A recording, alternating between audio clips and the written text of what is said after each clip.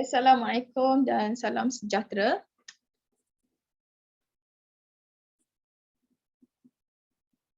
Okey, hari ini kita belajar tajuk kecerahan mental.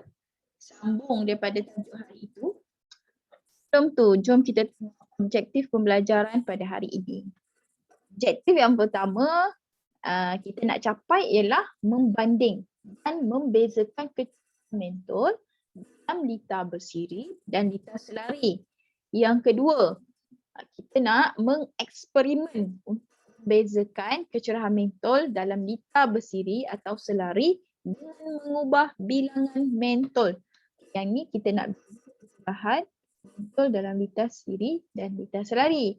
Yang ni kita nak tengok apa kesan dia sekiranya kita mengubah bilangan mentol. Slide yang pertama. Sekejap. Kita buat slideshow lagi cun. Okey, apakah perbezaan dari segi kecerahan pada mentol yang disusun secara bersiri dengan mentol yang disusun secara selari? Okey, ada perbezaan ke tak? Ada perbezaan kan? Dah dua jenis yang berbeza.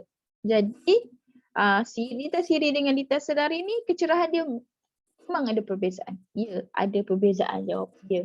Okey, ni kita tengok Wah, nampaknya mentol yang disusun secara selari menyala lebih cerah berbanding dengan mentol yang disusun secara bersiri. Nampak tak? Lita selari ni lebih cerah daripada lita bersiri. Okey. Soalan yang kedua, mengapa mentol yang disusun dalam lita siri menyala kurang cerah? Kita nak tahulah, tapi kita kata ada perbezaan antara lita siri dengan lita selari, kita kata selari lagi cerah. So kita nak tahulah kenapa siri ni kurang cerah. Mesti ada sebab kan? Okey, sebab dia ialah ni lita siri lita siri, kena kenal lita siri. Okey, sebab dia yang pertama, lita bersiri mempunyai satu laluan untuk arus mengalir. Dia ada satu laluan sahaja. Yang kedua, semua mentol berkongsi arus elektrik. Bila satu laluan, dia berkongsi arus elektrik tu. Okey, yang ketiga, keadaan ini menyebabkan nyalaan mentol A dan B kurang cerah berbanding dengan mentol yang disusun secara selari. Okey, sebab dia ada satu laluan sahaja, jadi mentol-mentol ni kena berkongsi elektrik yang mengalir. Jadi setiap mentol tu akan dapat sikitlah tenaga elektrik tu. Kalau ada tenaga ada 1.5, kena kongsi 2, kena bahagi 2, dapatlah sikit. Sebab dia yang sama kan. Okey. Soalan yang seterusnya, mengapa mentol yang disusun dalam lita selari menyala lebih cerah? Nak tahu, tadi kita nak tahu kenapa siri malap Sekarang kita tahu kenapa specialnya selari ni Okey, ini lita selari. Okey, sebab dia ialah lita selari mempunyai lebih daripada satu laluan untuk arus elektrik mengalir. Kalau awak lihat dekat gambar, dia ada banyak laluan. Satu laluan, dua laluan. Lepas tu kalau awak sambung lagi ada 3 laluan. Satu laluan kita letak satu mentol kan. Jadi jumlah tenaga elektrik yang mengalir melalui setiap laluan adalah sama. Keadaan ini menyebabkan nyalaan mentol C dan mentol D lebih cerah berbanding mentol yang disusun secara bersiri. Okey, lita siri ni dia ada laluan yang berasingan. Setiap mentol ni dia ada laluan dia sendiri. Jadi dia tak berkongsi arus elektrik. Jadi contohlah kalaulah tenaga elektrik ni ada 1.5 volt. Jadi kedua-dua mentol ni mendapat 1.5, 1.5 sama sahaja. Kalau macam lita siri tadi, kalau 1.5 nak kena bahagi 2. Jadi 1.5 tu dah kena bahagi 2 lagi. Sebab apa? Sebab tadi laluan yang sama, yang ni laluan berbeza. Jadi masing-masing boleh nikmati arus elektrik tu sendiri, tak ada kongsi-kongsi. Sebab tu dia lebih terang. Okay, jelas? Okay, sekarang cikgu nak buat satu penyiasatan dengan korang semua. Okey, sebelum kita buat penyiasatan, kita kena pasti kita nak siasat ni apa tujuan kita. Kita buat eksperimen ni sebenarnya kita nak tengok apa? Kita nak tahu apa kan? Jadi sekarang ni eksperimen ni kita nak tengok kecerahan mentol. Selalu ajar anak murid cikgu, bila tengok satu penyiasatan, soalan pertama kena tanya adalah aku buat eksperimen ni, aku nak tengok apa sebenarnya? Kita buat eksperimen ni, kita nak rekod apa sebenarnya? Benda yang kita nak rekod, benda yang kita nak tengok sangat tu, itu menjadi boleh ubah bergerak balas.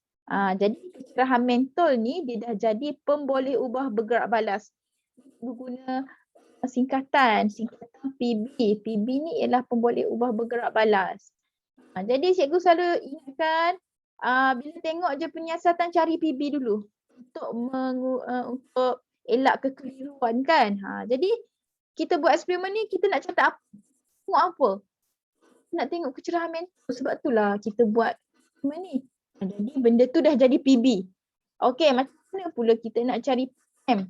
PM ni benda perkara yang mempengaruhi PB.